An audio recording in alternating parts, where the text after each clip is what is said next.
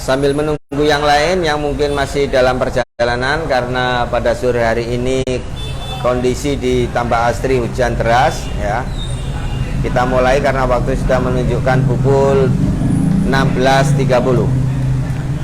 Bismillahirrahmanirrahim. Assalamualaikum warahmatullahi wabarakatuh.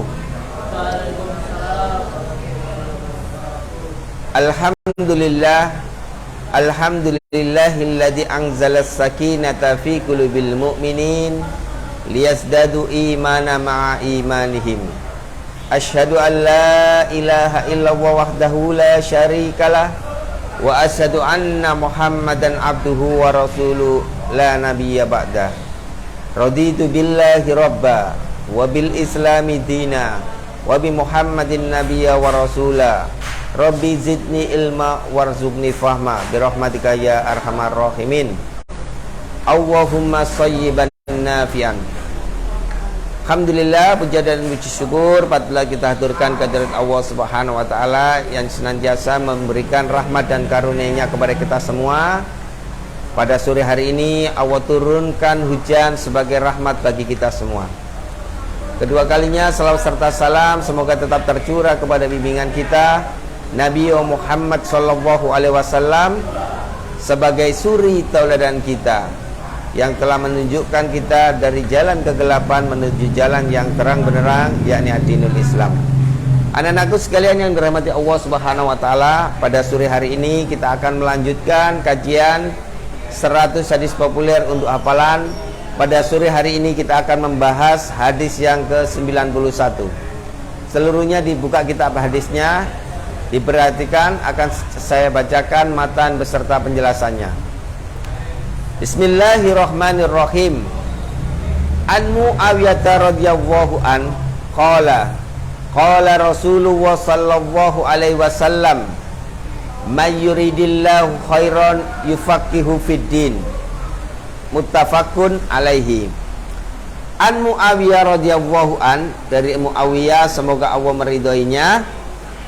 Qala, dia berkata, qala Rasulullah sallallahu alaihi wasallam, bersabda Rasulullah sallallahu alaihi wasallam, may yuridillahu khairan, barang siapa yang dikehendaki oleh Allah khairan, kebaikan, yufaqihu fiddin, maka difaqihkan, difahamkan tentang urusan agamanya. Maksud hadis ini adalah bahwa Allah akan memberikan kebaikan, keberkahan melalui orang-orang yang mereka faqih di dalam agama. Karena banyak sekarang itu orang-orang yang pintar tetapi tidak faqih dalam agama, sehingga muncul berbagai macam masalah. Kepandaiannya justru bukan memberikan kemanfaatan, justru menjadikan madorot. Kepandaiannya bukan untuk memberikan kemanfaatan bagi manusia, justru menimbulkan bencana. Nah, ini yang banyak kita lihat, kita perhatikan ya. Maka hadis ini memberikan penjelasan ketika Allah menginginkan suatu kebaikan dari seseorang, maka Allah faqihkan dalam urusan agamanya. Ketika agamanya bagus, maka yang lainnya akan menjadi bagus.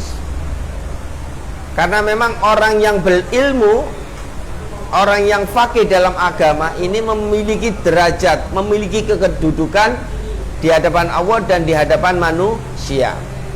Sebagaimana firman Allah Subhanahu wa taala, A'udzubillahi minasyaitonirrajim, di dalam surah Al-Mujadalah ayat 11, yarfa'illahu alladhina amanu minkum walladhina utul ilma darajat.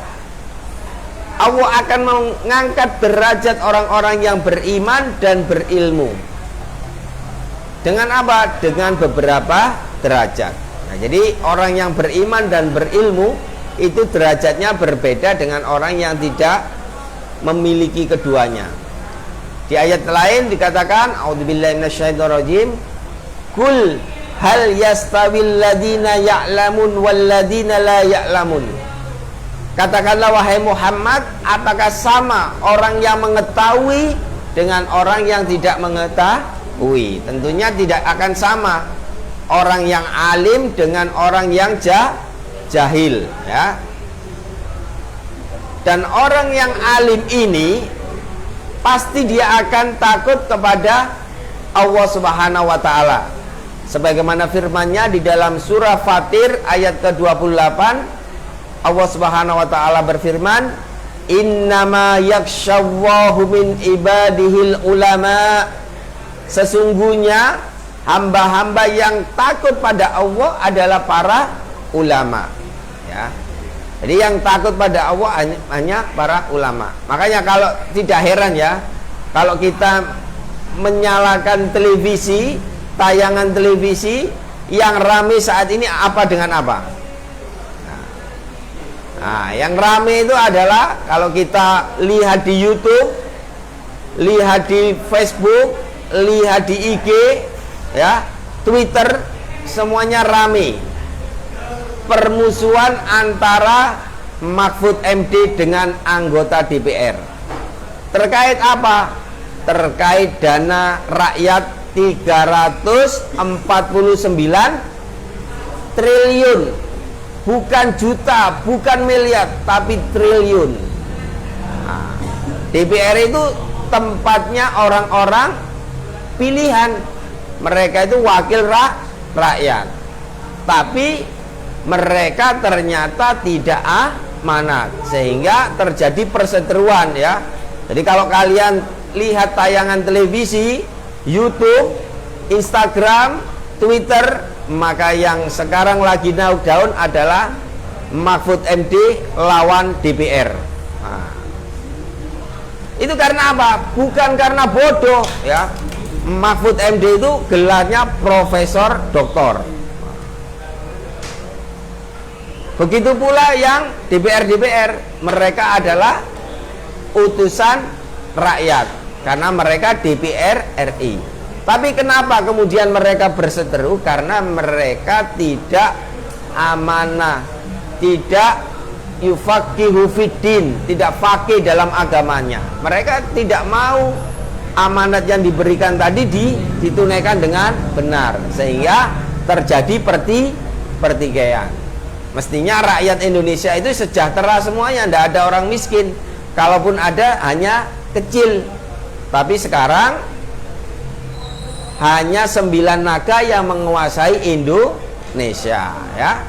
Kita cinta tanah air, padahal tanahnya kontrak, airnya beli. Nah, itu karena apa? Karena tidak faqih dalam agama. Coba kalau pemimpin kita yufaqihu fiddin, maka selesai sudah urusan.